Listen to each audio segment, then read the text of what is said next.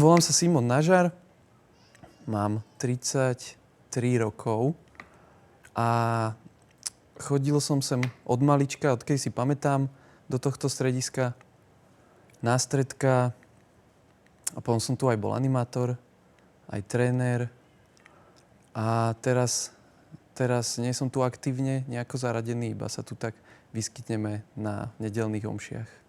Prvýkrát my sme sem chodili s bratmi. Ja mám 4 bratov a my sme sem chodili ešte predtým, než sa toto tu otvorilo, akože asi oficiálne, že salesianske stredisko. Nás sem mama púšťala cez taký plechový plot. Ešte nebol takýto pekný zelený, ale bol taký plechový, že to bolo celé zavreté. A našla niekde dole otvor, lebo my sme bývali hneď oproti ihrisku. A cez ten otvor nás púšťala sem sa tu hrať na hline a potom, keď sa to otvorilo, tak sme tu začali chodiť na stredka. Ale nemám až takú dobrú spomienku na to, lebo som chodil so starším bratom a na také ministrantské stredka, ale mňa odtiaľto vyprevadili, že som ešte moc mladý. Taký jeden Salesian, on bol, tuším, ukrajinského pôvodu. Nie, bieloruského, on bol bieloruského pôvodu. A on ma odtiaľto vyprevadil tam po tom chodničku, že je mu to ľúto, ale ešte som moc mladý a nemôžem sem chodiť na stredka. Takže tak. Takže sme sem začali chodiť tak v podstate úplne od začiatku. A pamätám si Salesianov z takých, s ktorými mám už aj nejaké zážitky. Nejakého Peťa Žatkuliaka a Maťa Rožka a Pála Boku a takýchto.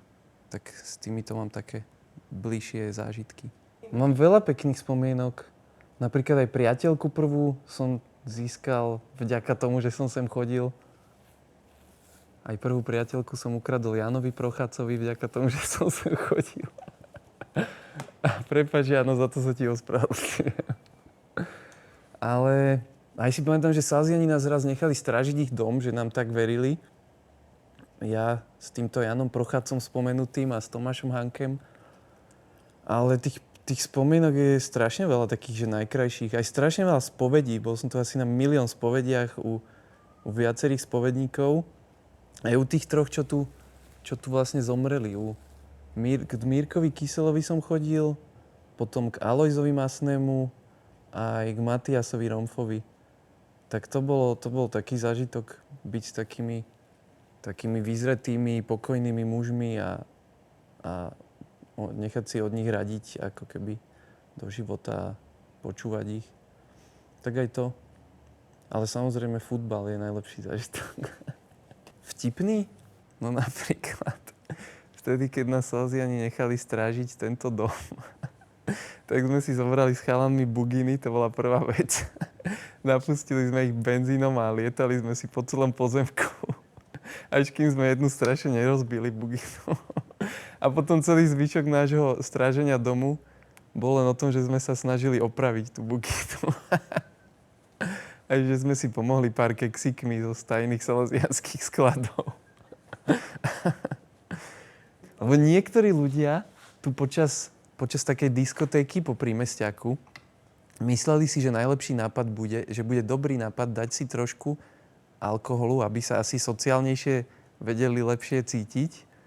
A potom Palo Seman im dal taký, keď na to prišiel, tak im dal taký trest, že v snehu museli ísť pešo z Marianky až neviem kam. Ale bola to taká dlhá túra v snehu, bolo to ťažké a celý čas sme sa modlili rúženec a ja som išiel s nimi len tak, lebo som chcel ísť na turistiku. Chcel som ísť na turistiku v snehu a modlilo sa celú cestu, tak to bolo také. Tak som sa chcel k ním pridať a bolo to vzrušo. Tak začnem, že s takou fyzickou stránkou, tak tu som proste 24 hodín, 24/7 sme tu športovali, hrali futbal, chodili do posilky, hrali všetky možné športy, čo proste celý môj potom neskorší život sa ľudia čudovali, že odkiaľ vieš hrať lacrosse, odkiaľ vieš hrať florbal, odkiaľ vieš toto.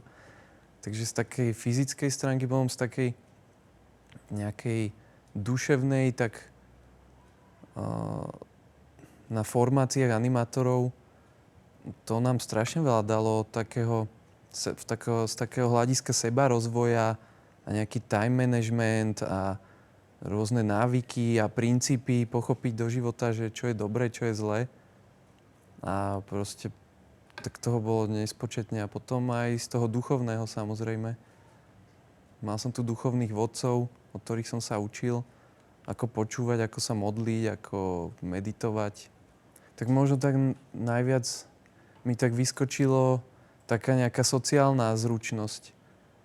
Aj v práci, ten kontakt, ja robím v nemocnici, tak ten kontakt s pacientami aj s kolegami, tak to som mal dosť veľkú výhodu oproti, dajme tomu, iným kolegom, ktorí, dajme tomu, že neboli až tak trénovaní od malička v tomto.